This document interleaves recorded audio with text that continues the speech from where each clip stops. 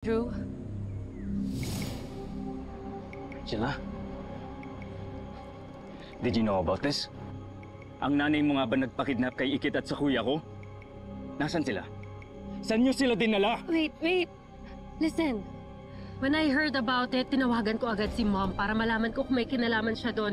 But she's not answering my calls. So, anong sinasabi mo? Na hindi kayo magkasabot ng nanay mo? Why should I believe you? Kaya nga ako nandito eh. Because I want to cooperate. If my mom calls me, sasabihan ko kayo agad.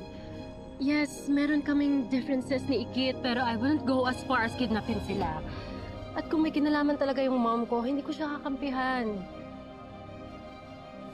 I want to help you, Drew. And I would never do anything to hurt or disappoint you kasi importante ka sa akin.